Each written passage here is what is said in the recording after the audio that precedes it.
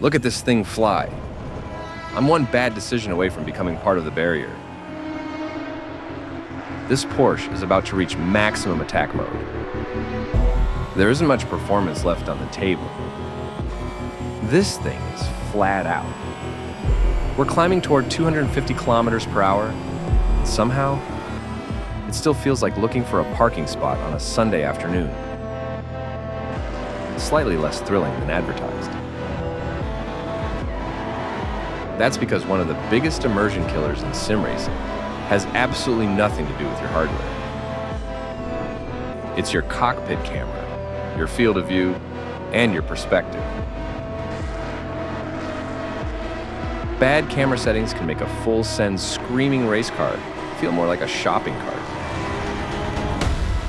Today, I'll walk you through my 3-step cockpit camera setup process, the exact method I use inside every sim,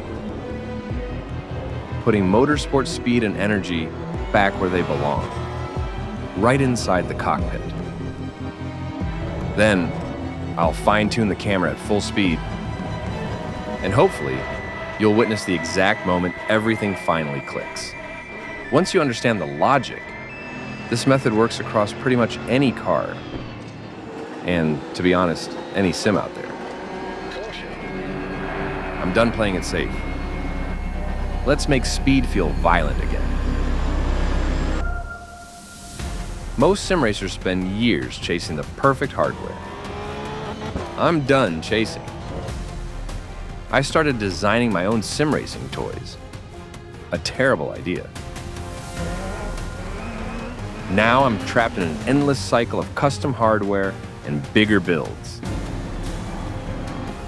Somewhere along the way, things got slightly out of control. Hit like and subscribe. There's no commitment.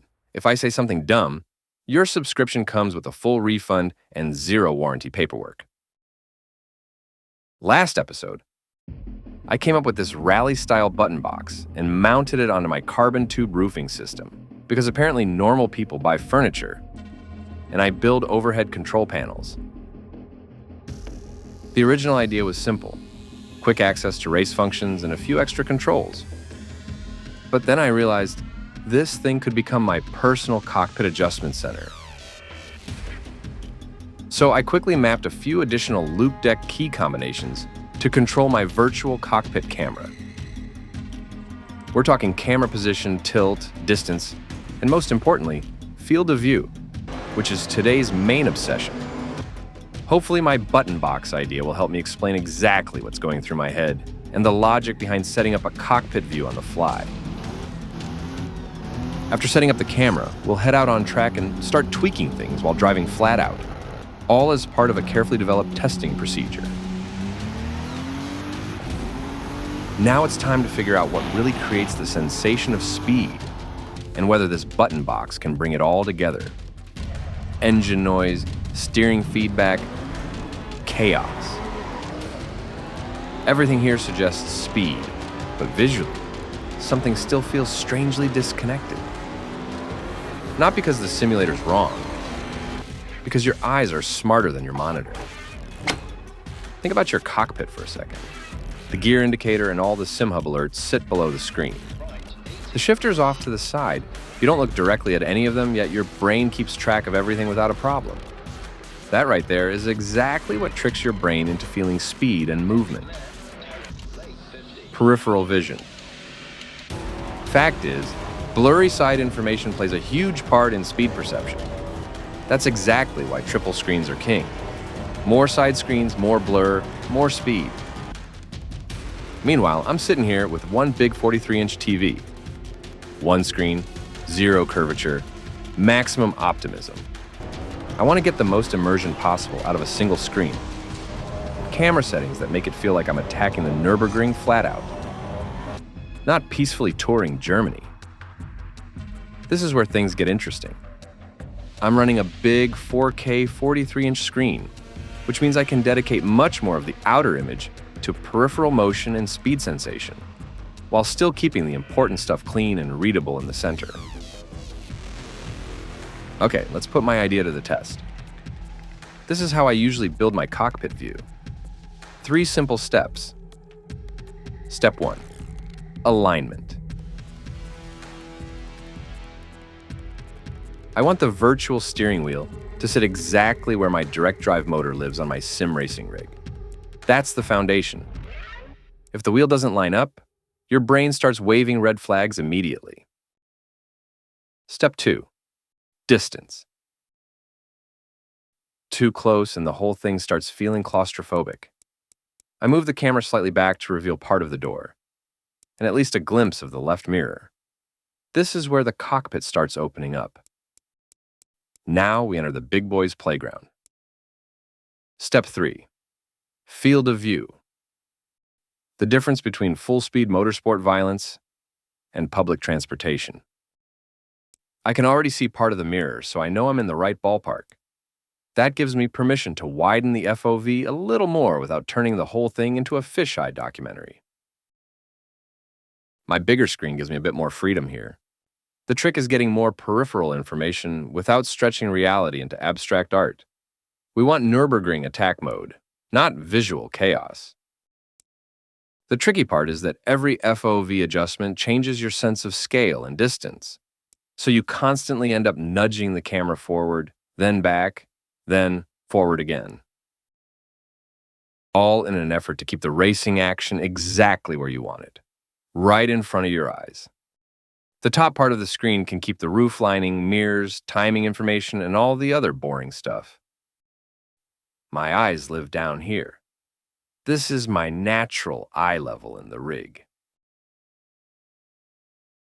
Quick bonus tip. Motion blur can really help speed come alive around the edges of the screen. Assuming, of course, your GPU doesn't retire from the race halfway through the lap. Another setting I really enjoy is dynamic camera movement, especially looking into the apex. Corners feel very different when the cockpit starts working with you instead of staring stubbornly into the middle distance. Remember that whole peripheral vision and speed perception thing? Watch this. I've been playing around with this feature lately. As I turn the wheel, the camera gently rotates toward the corner. So my virtual view naturally follows the upcoming apex. And this is where it gets even better. As I enter the turn, the camera opens up more side visibility, which kind of extends my peripheral vision and makes the whole thing feel noticeably faster. Some of you will absolutely love this. Some of you will hate it immediately. For me, though, this tiny movement makes a huge difference. Add to that the natural headlight camera movement, and somehow the force feedback feels even more alive and connected to what's happening on screen. And this is where the button box finally enters the race. With fast camera controls mapped and ready, I can fine-tune everything on the fly without disappearing into menus. There's only one thing left to do. Enough garage talk. Let's take this machine out and tune the details where they matter most. Let's see if this camera setup survives contact with reality.